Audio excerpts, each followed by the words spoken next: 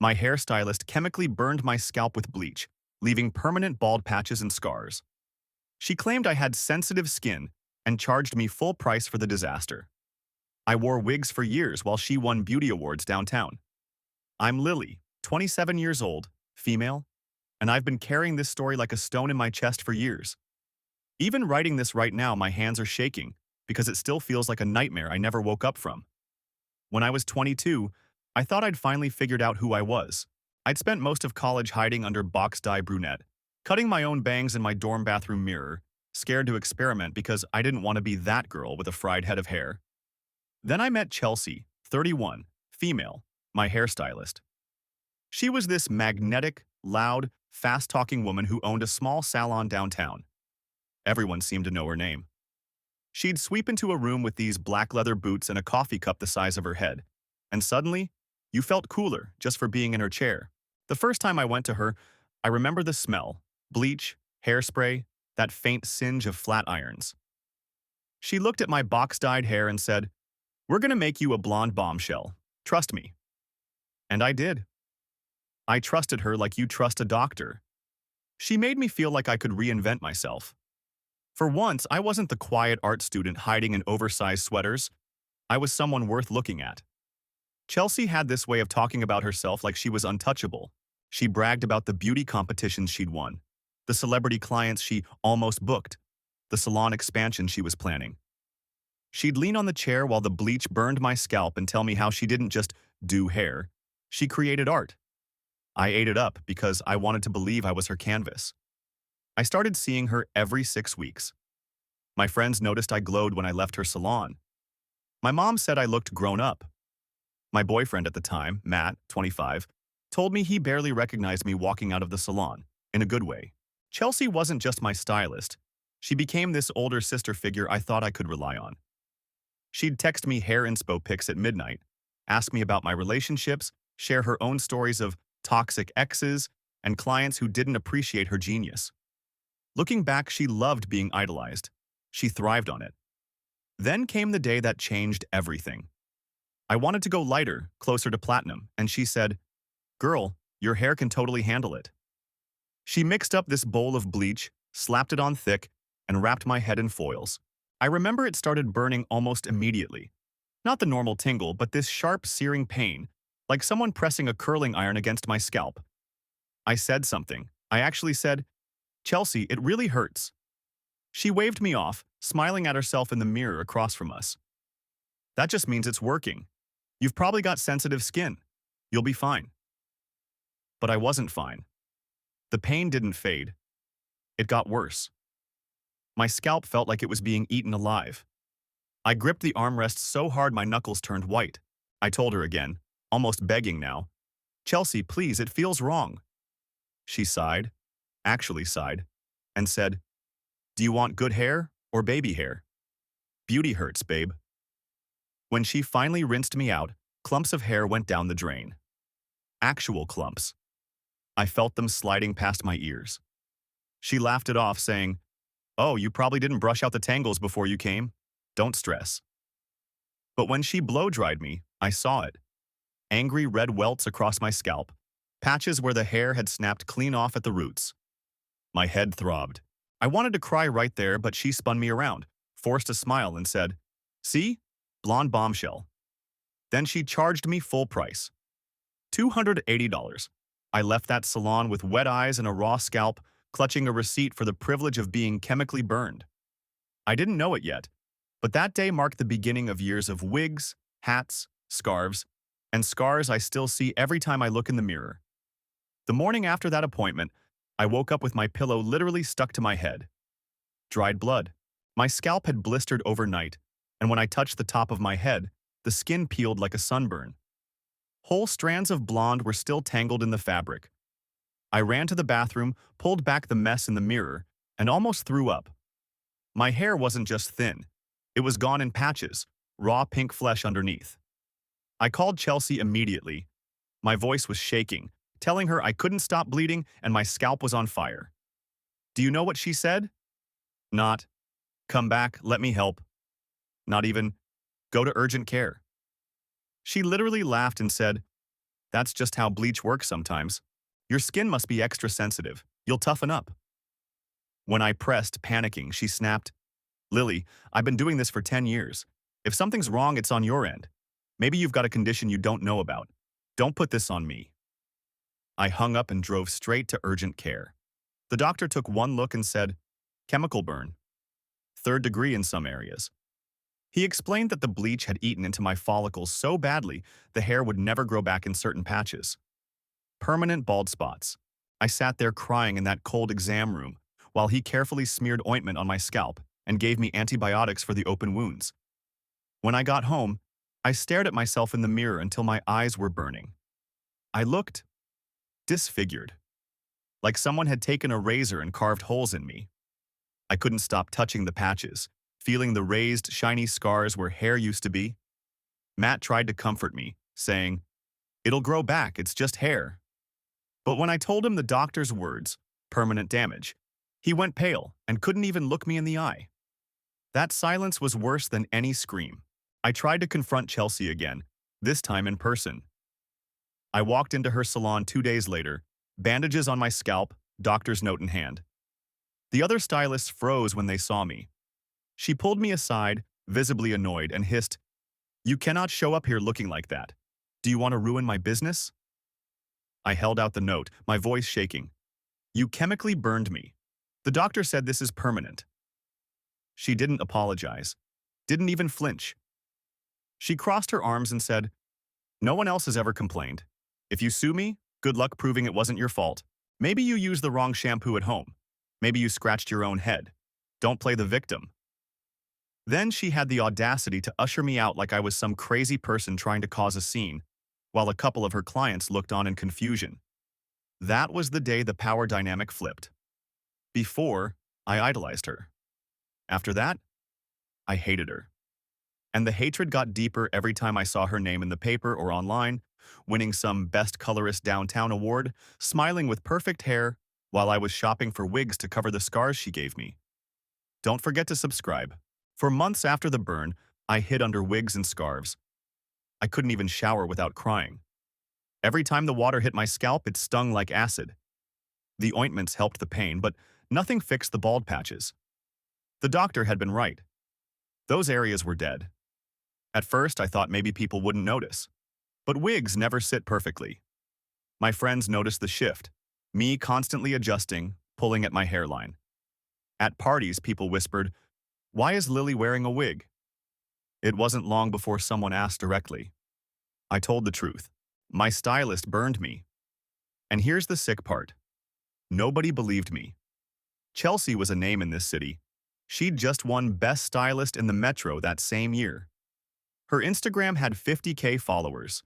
She posted glossy before and afters, client selfies, even motivational quotes about self-love through hair.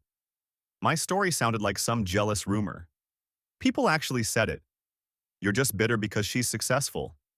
Matt, my boyfriend, was the worst. At first, he was sympathetic, but after a while, he started snapping.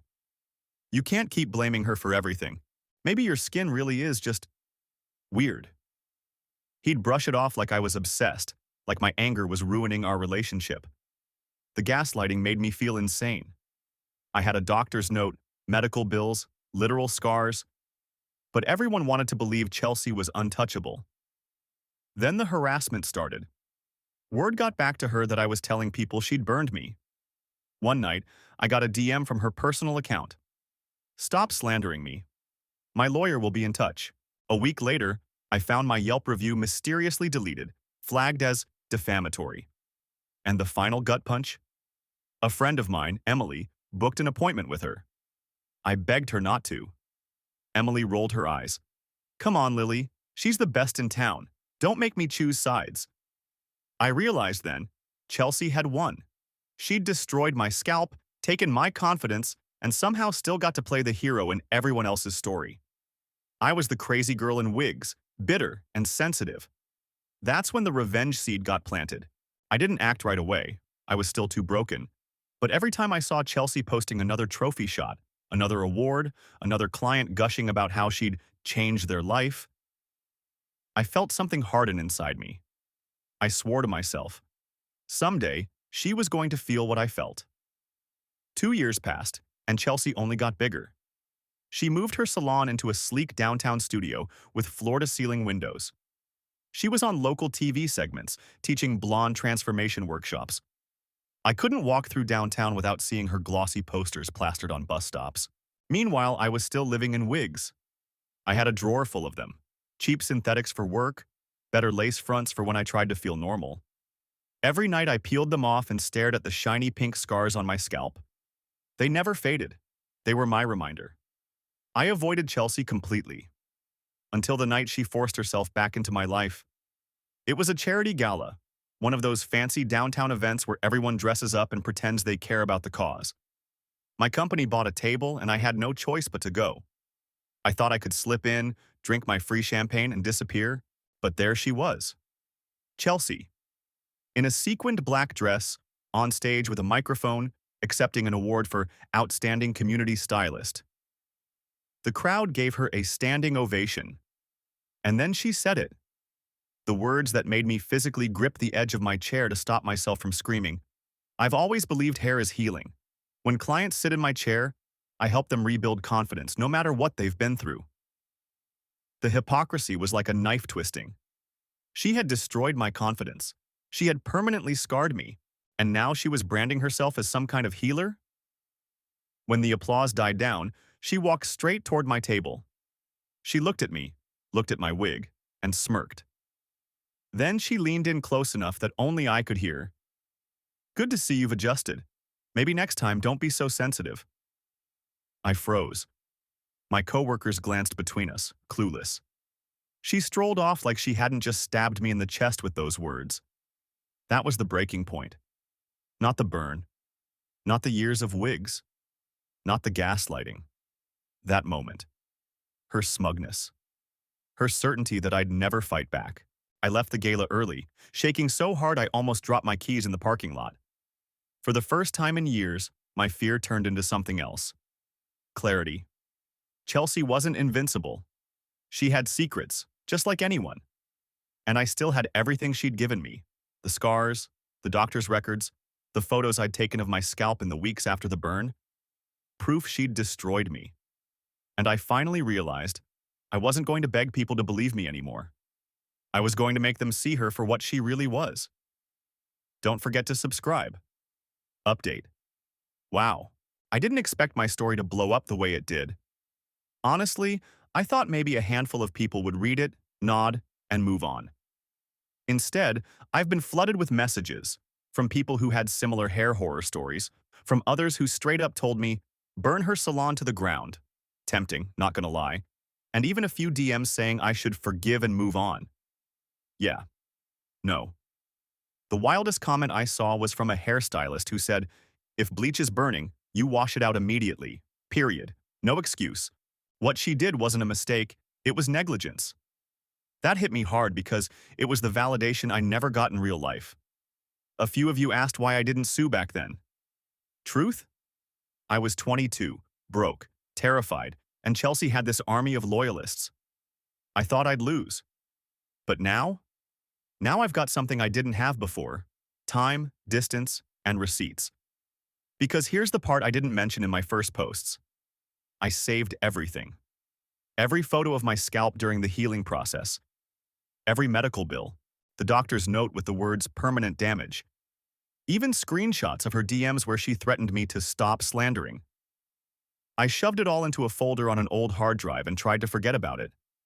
But after that gala, after she looked me in the eye and mocked me, I dug it all back up. Seeing those photos again was brutal, but it also lit a fire in me. This wasn't just about my scars anymore. This was about making sure she never got to stand on another stage pretending she was some kind of savior. And here's where it gets interesting. Chelsea has a new project. She's been bragging all over social media about her upcoming masterclass for stylists, a paid seminar downtown where she's teaching her techniques to younger hairdressers. Hundreds of dollars a ticket, and she's already sold out the first session. Guess who just bought a ticket? Yeah. I'm not walking in as burned client Lily. I've got a different plan, and I'm bringing those receipts with me. The day of Chelsea's masterclass, I felt like I was walking into enemy territory. My stomach was a knot, but I had everything. A folder of photos, medical records, and printed screenshots of her DMs. Proof she couldn't laugh off. The seminar was held in this trendy downtown loft space, all white walls and neon signs. About 30 young stylists sat in neat rows, notebooks out, starry-eyed like they were about to meet Beyoncé. And there she was, Chelsea, strutting to the front in her leather boots, mic clipped to her collar. She launched into her pitch about healthy blonding techniques like she hadn't scarred me for life. My jaw clenched so hard it hurt. For the first hour, I sat silent, pretending to take notes while she paraded around, cracking jokes, bragging about her awards. But when she flipped to a slide that literally said, "Hair is healing," I couldn't stay quiet anymore. I raised my hand. What about when bleach causes permanent scalp damage? The room went still.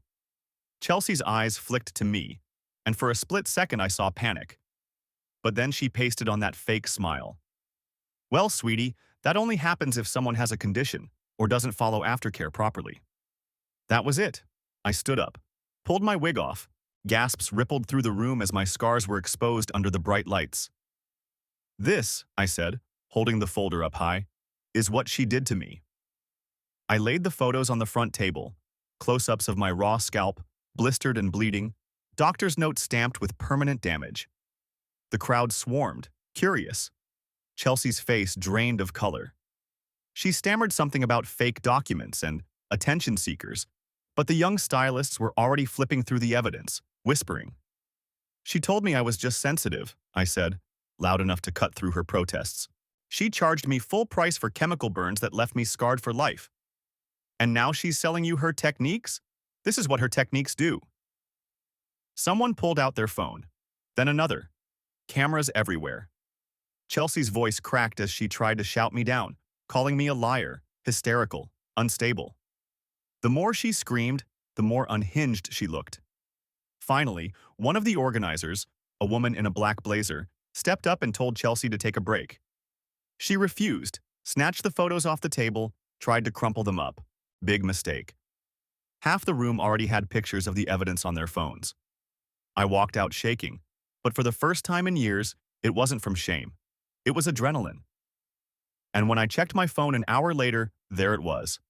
Videos of the confrontation already spreading on TikTok and Instagram. Chelsea hadn't just lost control of her class. She'd lost control of her story. By the next morning, the videos had spread everywhere. Clips of me ripping off my wig mid-class had already hit 200K views on TikTok. The comments were brutal. She called herself a healer? She's a scammer. That poor girl's scalp looks like a burn victim's. I'm never booking with Chelsea again.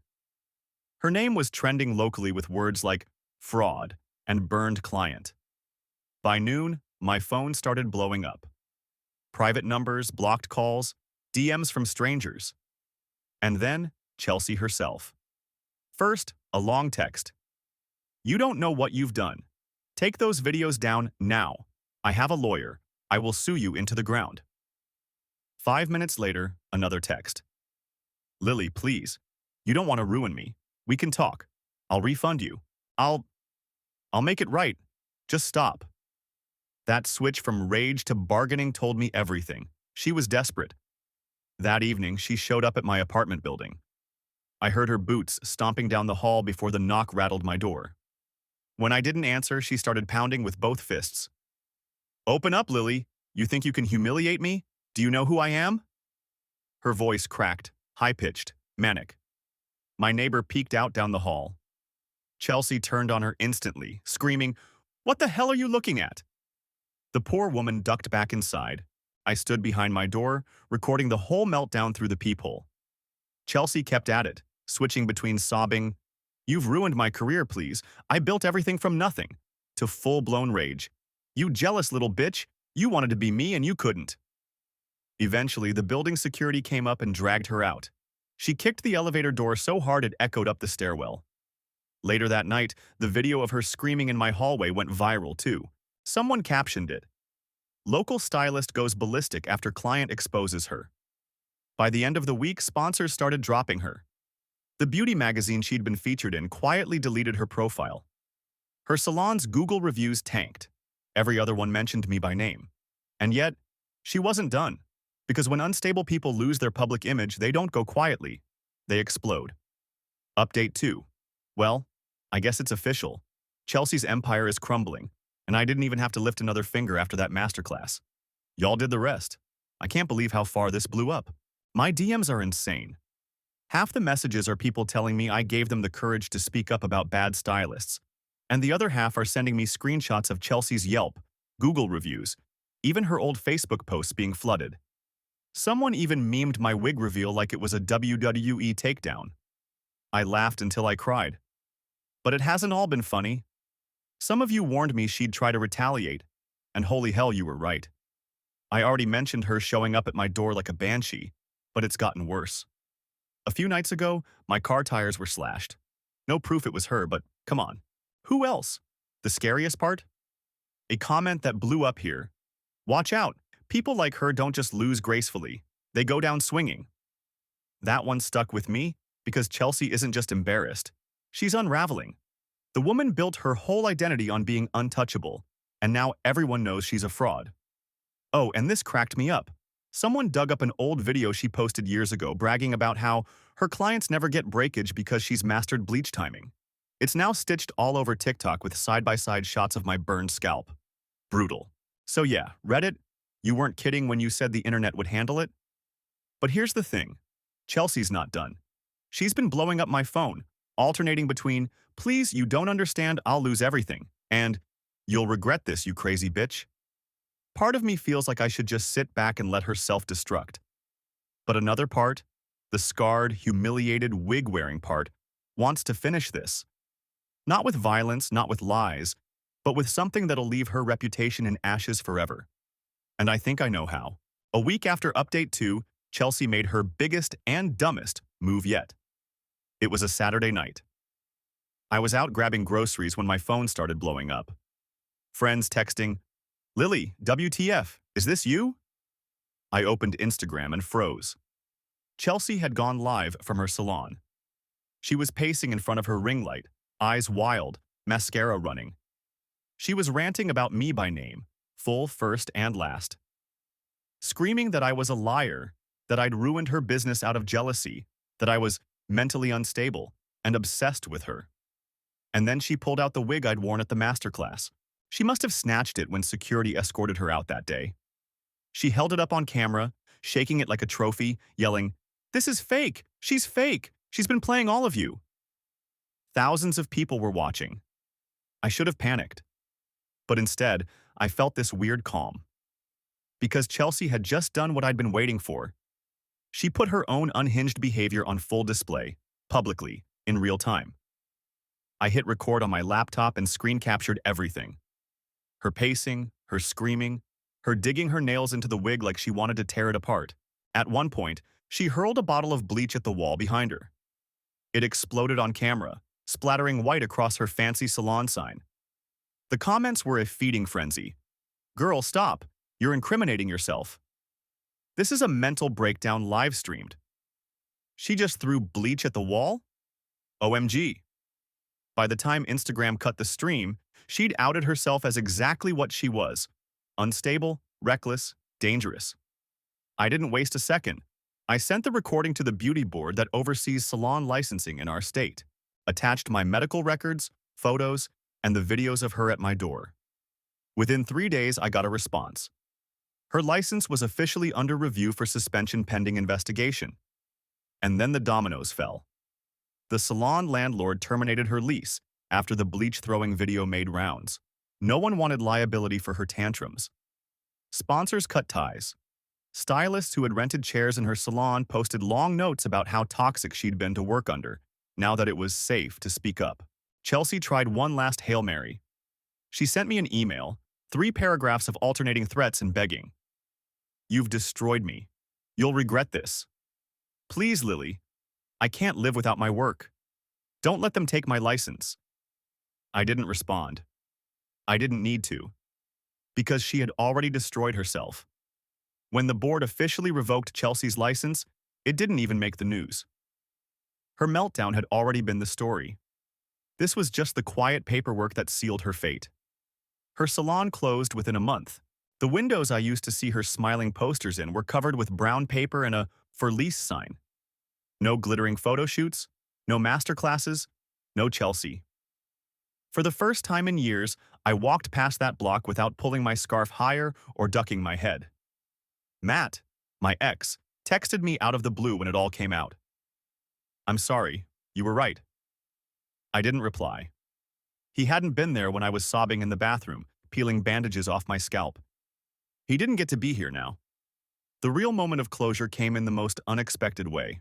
I was cleaning out my dresser one night, and I found the first wig I'd ever bought after the burn. Cheap, scratchy, the one I used to hide under while Chelsea racked up trophies. I held it for a minute, thinking about all the nights I cried into it, all the times I tugged it forward to cover my scars, and then I threw it in the trash. Not because my scars disappeared. They didn't. They never will. But because I didn't need to hide anymore. Chelsea was the one exposed now. I started telling my story more openly. At first just to close friends, then to coworkers, then even on a podcast about beauty industry nightmares. Every time I spoke, I felt lighter. Every time someone messaged me too, I realized how many people she, and people like her, had hurt. Chelsea hasn't resurfaced. Last I heard, she skipped town after an eviction notice hit her apartment. Some people whispered rehab. Others said she was cutting hair illegally out of her kitchen. Doesn't matter. She's a ghost now. I'm not. The scars on my scalp are permanent, yes, but so is the strength I built clawing my way back from what she did. And in a twisted way, they're proof. Not of weakness, but of survival. Chelsea once told me, "Beauty hurts." She said it like it was gospel. But she was wrong. Beauty doesn't hurt. Abuse hurts. Lies hurt. Betrayal hurts. And sometimes, justice heals.